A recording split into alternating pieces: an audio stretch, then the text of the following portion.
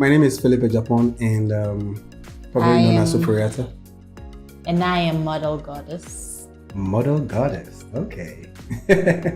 All right, so the Ghanaian Dream, I think that's what we're talking about today, right?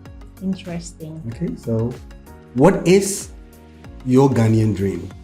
Is there a dream at all?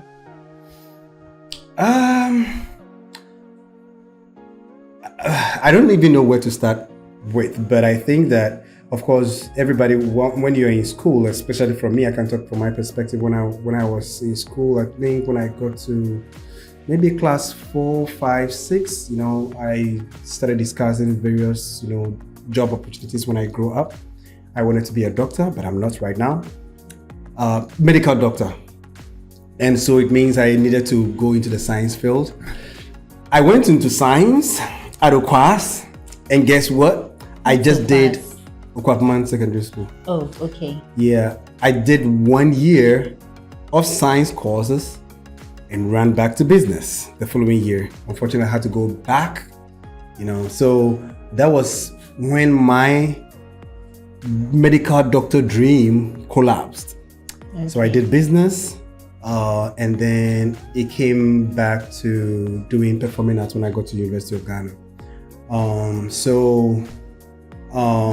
That dream also got shattered. But I think the topic is actually bigger than that. It's more like when you say the Ghanaian dream, it's like where I look at it from the perspective of where we want Ghana to go with us, okay, as a collective. Because the little contribution you're bringing onto the table and the little that I'm bringing onto the table will actually position us all in a better position in life. And of course, as our lives are prospering, Ghana is also becoming better. All right. And I think that might be some of the reasons for the American dream. Because of course, when people get to America, you're doing whatever you're supposed to be doing. You're paying your taxes, you're working diligently, and then the little inputs that you put in, you're actually able to get something back, and you're able to support yourself and your family. And of course, whilst you're doing that diligently, it's also affecting your entire community, your entire city, your entire state, and of course, the entire country, right? Okay. So I look at it from that point. So let's come back to your point where you said, if we talk about the Ghanaian dream, we are looking at it from the perspective of where do we want Ghana to go with us. And then you also mentioned person A's contribution, person B's contribution comes together as a collective to drive the country forward. Yeah, to drive the family, to drive the community, to drive the town, to drive the country. Yeah. So then my thought or my question is, how many people are ready to contribute their quota to the Ghanaian dream? And I'm asking this question because amongst my age mates, I think a lot of us have given up on the country. I have a friend that she has so much hope and belief that the country will change.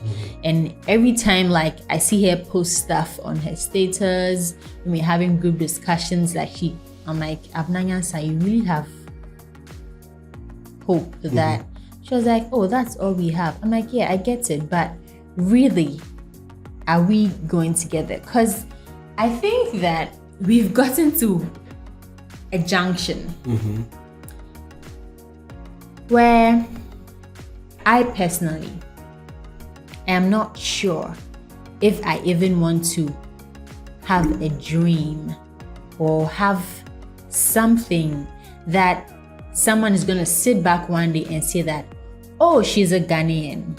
I mean, I'm not talking about changing my nationality. No, I'm a Ghanaian, good or bad. I love being a Ghanaian. I wouldn't if I wanted to be any other nationality, probably British or French, but as it stands, I'm Ghanaian.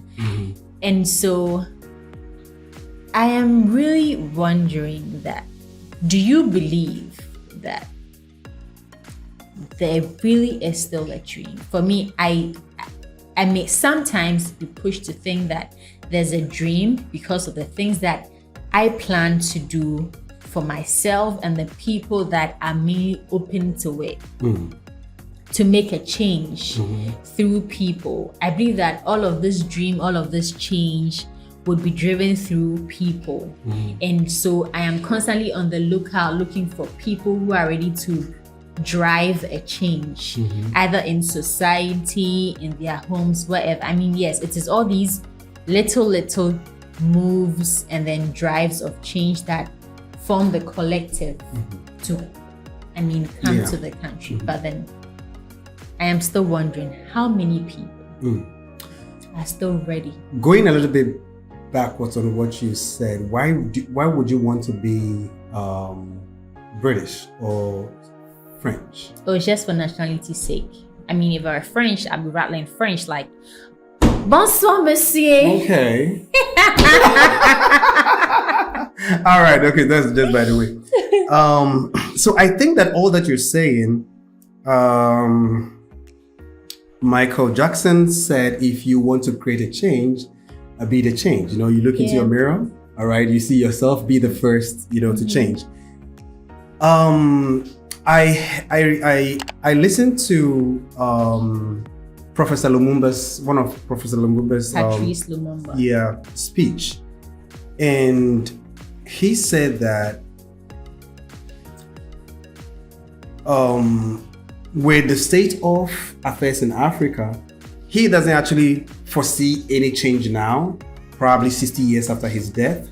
All right, so at least he has hope, but he has the hope in later on in years. I think that when I do my part and you do your part, it might be difficult, but that is the change itself. It's gonna add up. Yes, because let's look at the societal structure. Of course, it starts from the microcosm is the family system. So each person have their own family. Yeah. Man, woman, children. Blah, blah, blah. And then that links up to your family, abusuya, as we say. And that links up to society or community where you live in. Yeah. That connects to the city or the town. That links up to, the nation. Now, yes, I can start a change and then start making some corrections. Yeah. And as soon as I begin to follow a particular trajectory or a particular path, and I decide to do things in a particular way, as time goes on, it's going to attract people. Yeah. As it attracts people, of course, there are going to be, struggles, hindrances here and there, because generally people are afraid of change. Okay, that's the general rule. When there is new thing coming into people's life, there is always a pushback. But let's say that we live in a community. I live in a house. I say, okay, from now on, the traditional thing is that everybody cleans, everybody sweeps in the house. Yeah. Nobody is going to leave rubbish on the compound. There are people who are going to say that, hey, are you the president of the country? Do you relate to, they're going to call you names and all that. But be that change. I think somewhere, either May or April, but I think May, there was this issue where a girl was flogged, a girl and a guy, they were flogged. I think one of the northern regions, yes, because she shared her sex tape. And apparently, having read further, we realized that it was actually a competition that was going on amongst them. So they are making sex tape to see whose sex was better or whatever, and then they share it. And then, so the rule was that they get flogged. And we had people come out to say it was wrong, blah, blah, blah. And to me, you are viewing it as wrong because the traditional rulers' powers have been taken away from them. Because if you were still in the time where the traditional ruler has their power all to them, and then they can still met out punishments as they were supposed to be met out. I don't think that some of the things that are going wrong in the rural areas that come all the way up to the urban centers would be cut. And so everyone is going to be conscious about their way of thinking, their way of doing things. And in that way, we can collectively come together and then say that, okay, so this is a dream we are working towards. Also with the idea of, I think your word used, Ghanaianize our structures. I think I also understand that, and I believe in that, because I think that we have become a people that pick, drop, don't edit, plagiarize. We are plagiarizing our way of living. And so once I have seen this country do it, let me also do it. Typical example, I think at a point I heard they said they were going to do was it trams or whatever? There's this mode of transport that is, and then people make jokes about, so how are the plantain sellers going to sell and all that? Forgetting that even our building structures are terrible. How were we going to construct those? We just came up with the idea because we had seen it running somewhere. Was that the basis for it? I don't know if they are still going to do it or not, but then imagine if they had done it or they had agreed that they're going to do it. Does it fit our setting? We just pick and drop. We don't edit. And so the Ghanaian dream is stuck. It's become some form of stagnant water. And it's just breeding mosquitoes. And by mosquitoes, I mean every day we are churning out graduates that don't have jobs out there waiting for them. Like every time our universities, there are people graduating, what's out there for them? You might have a dream, but really the system or the structure in which we find ourselves is not allowing us to have the dream. I agree with you. And even the earlier point you made about the lashing of the girls. One, if powers were given to the traditional community, they know how to work on some of these things. Yes, I might be against lashing people in public. Now, one thing that we have to notice that society grows and there are a lot of things that change. Dynamic. Yes, there are a lot of things that change, because for you to make yourself better, you should have a starting point. As you go, you see, okay, maybe before we used to do this, and then, there is dialogue. Okay, how best can we do it now? And then we keep discussing, and then, okay, now this is the punishment, or this is the thing to help people. It could be anything, right?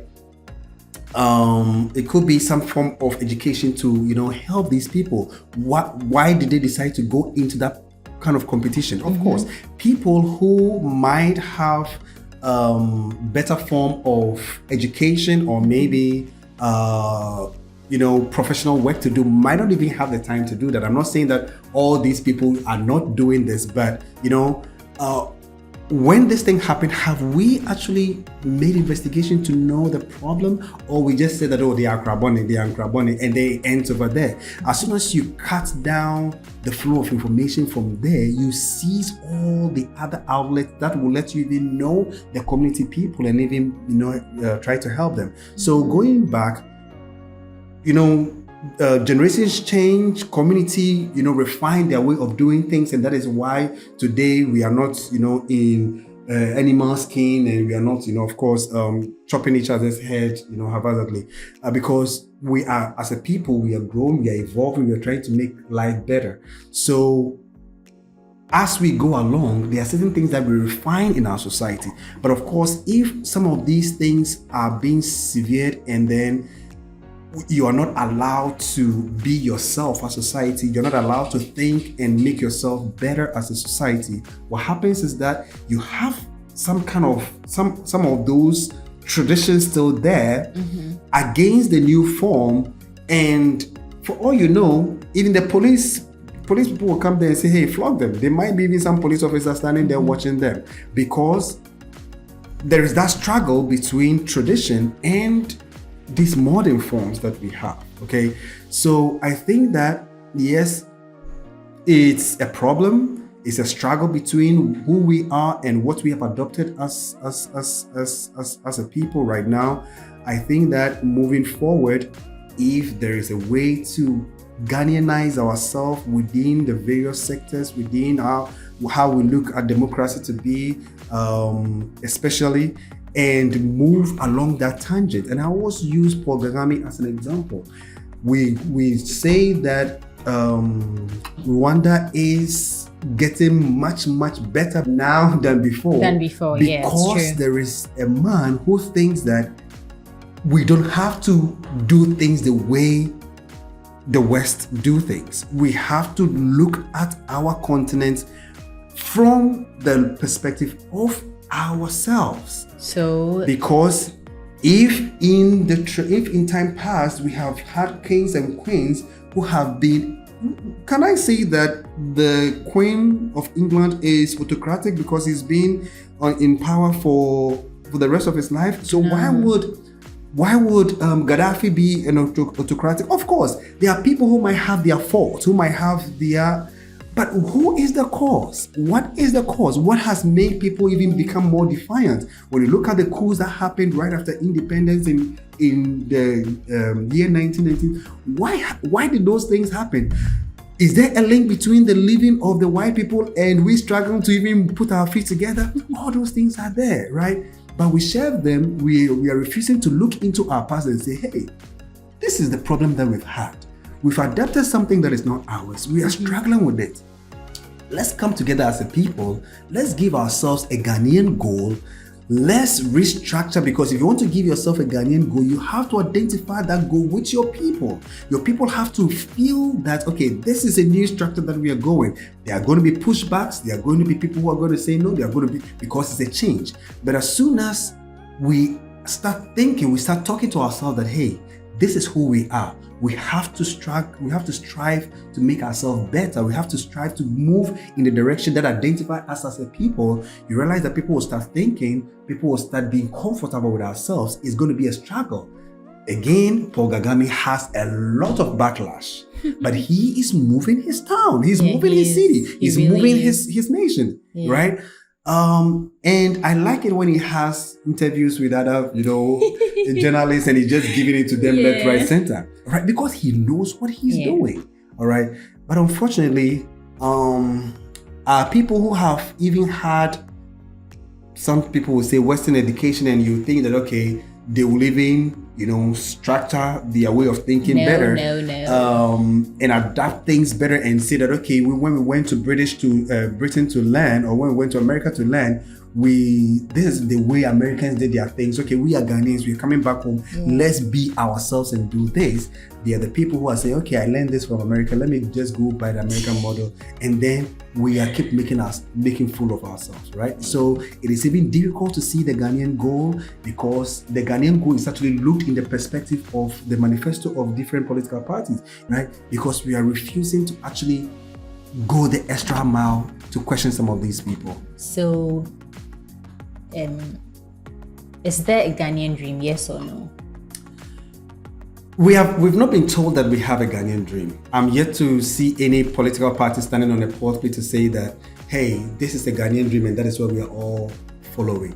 What has been drummed in our ears over and over is political manifesto, and what the pessimistic approach to looking at things from political perspectives. And so if you're an MPP, you have to follow and say, oh, okay, this is the Ghanaian goal for me. If you are NDC, this is the Ghanaian goal for me, because you're looking at the Ghanaian goal from their collective. Yeah, from their manifesto, but not a national goal. Yes, people may say that, okay, we have a national, national idea or national whatever, dream goal or something.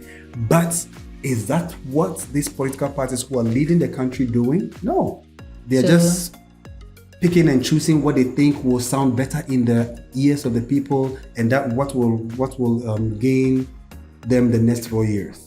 There's no Ghanaian dream. Thank you. Unfortunately.